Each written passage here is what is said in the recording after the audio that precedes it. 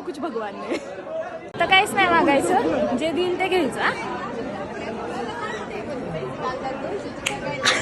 नमस्कार मंडळी, मी शिवानी आणि आज आपण अचानक भयानक आलो आहोत खंडेरायाच्या जेजुरी गडावर.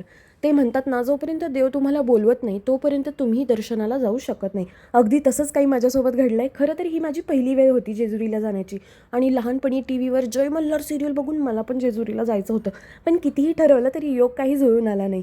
असं म्हणतात की जेजुरीला जाऊन मनापासून काही व्यक्त केलं की ते मिळतंच, म्हणून काही की लोकांनी इथं बाशिंग बांधलीत.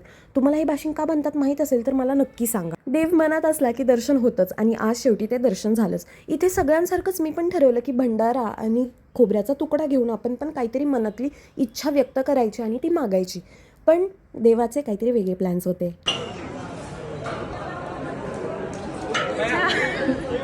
भगवान को इच्छा ही नाही पुरी करनी मेरी. तर काहीच नाही मागायचं, जे देईल ते घ्यायचं.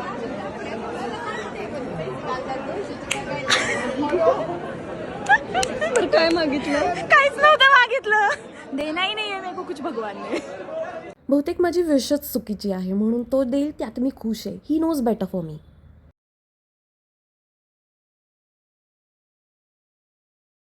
भेटूयात नेक्स्ट व्लॉगमध्ये. Bye bye.